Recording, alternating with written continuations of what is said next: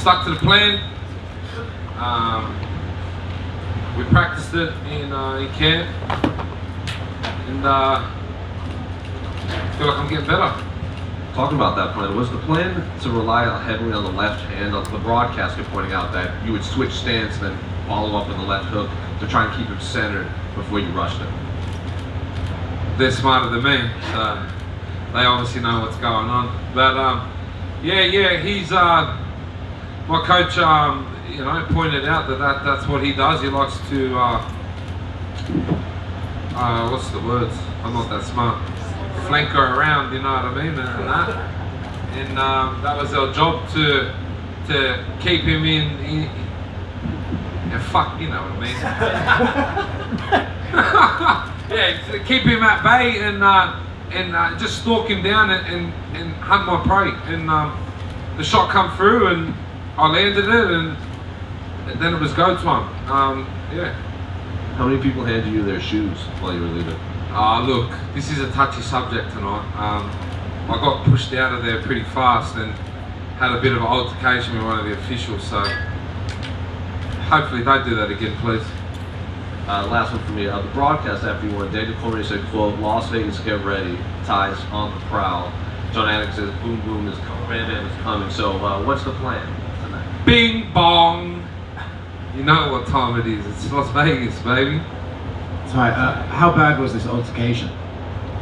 Yeah.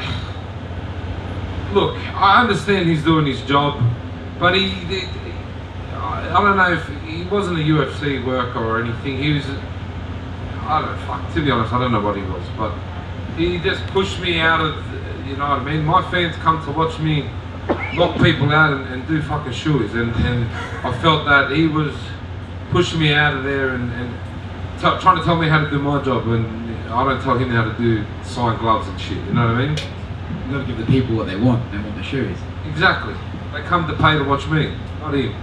Do you have any plans in terms of like specific opponents you'd like to fight next, or are you just happy taking it as it comes? Like I've said before, that's not my job. My job's to fight. I'll rock up and fight. We prepare to fight. Hopefully these 4 consecutive wins and 4 knockouts get me in a better conversation for a bigger contract.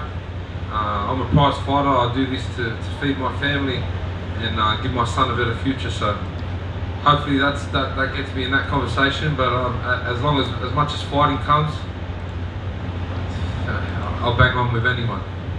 If you get 50 grand, how much of that is spent on the Vegas Strip tonight? Before you get home? Yeah. Oh look, let's just clear half of that and we'll forget about it, and then the other half put it somewhere else.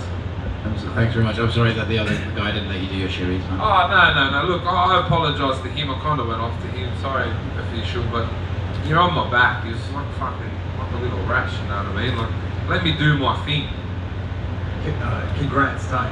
I have to ask, we've reached a point where there's nothing quite like a Tai Tuivasa fight. Like, as soon as this fight ends, you look at the crowd, there's just rows and rows of fans holding their shoes up and their beers up, just waiting for this. Like, what is it like for you to have that moment and then see that out in the crowd of just all these people so excited? That's my drug. I love it. This is why I do this. I do this for the fans. I do this to entertain and have fun, and it's a feeling you can only get by doing that, you know what I mean? And I've said it before, and that's what keeps me going. I do this to entertain, and I love it. I love my walkouts. I love the cameras. I love the lights. I love knocking people out. I love it. You didn't get any hot sauce in this one, right? Nah, the next hot sauce I said, okay. I'm not taking that one. Yeah, but I didn't. To be honest, I only got 1 shoey in. I was pretty filthy. Oh, 2. Sorry, the one on the cage, Steve's, and then one in the crowd. But I was pretty filthy on that. Yeah. I have to ask because we didn't see it and we couldn't hear it in here, but it seemed like you walked out to Barbie Girl. Yeah. What was the inspiration behind it? I'm a Barbie girl. You know what I mean? You can't tell me you don't love that song. Come on, everyone. You know, you can't say when that comes on. You know you're bopping. You know what I mean? And the crowd loved it. I loved it, and the rest is history. Well, the last one from me, I mean, man, at this point, this is 4 straight wins, like you said, all of them knockouts, and that, of course, came after that 3-fight losing streak when you didn't really know where you were going with your career. I mean, what's been this what has this turnaround been like? What's it like to now reach this point where you're sort of established and entrenched in this division just after all of that turmoil you went through? Just more learning and taking this job a bit more serious. Like I've said before, I'm kind of learning on the run. Before the UFC, I was just fighting, rocking up and fighting, and I can fight. But to be a professional, I think it's a whole nother level. And I feel like I'm really enjoying what I'm doing. I'm really loving my work, and it's showing. It's showing once I get in the cage, and I'm maturing. Thank you. Tai, here in the back. We saw you go for a takedown a little bit up against the cage. Is that a result of a knee, or was that just you trying to throw in some wrestling? No, that was me trying to. It's mixed martial arts, man. Come on, I'm trying to mix it up. But it wasn't until I looked up and I saw DC going hard in the commentary, and I looked at him and he kind of like. And I looked at him and he was kind of like laughing, but it wasn't like he was saying something on commentary, and I was like, all right, that's enough from me. And I went back up, but I tried, you know what I mean? That's not the last takedown attempt we've seen from you, right? It won't be the last. Soon I'm going to come out and straight jump on my back. Jiu-jitsu, you know what I mean?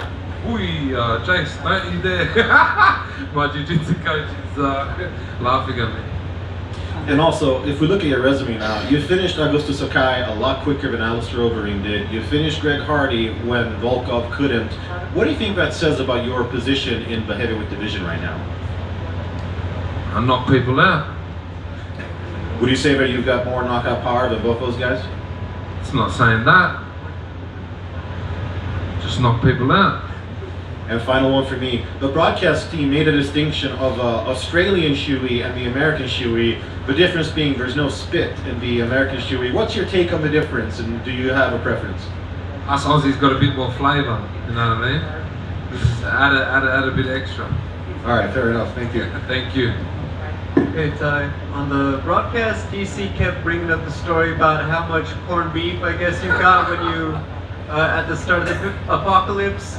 Did you really, like, you know, clean it out, or does he just like to exaggerate that story? Look, I think DC's hiding the fact that he loves corned beef, and then I got the backlash of it. But I'm Samoan. We love corned beef, and I didn't get to stick around in America long enough to eat it all. But I gave it away to one of the boys at AKA. But yeah, if I was to stick around, I would have demolished it for sure. Fans are going to be seeing you out and around Vegas. What's your warning to them, or what's your advice to them if they want to hang with you and party? Get ready to get down with the get down. Congrats, man.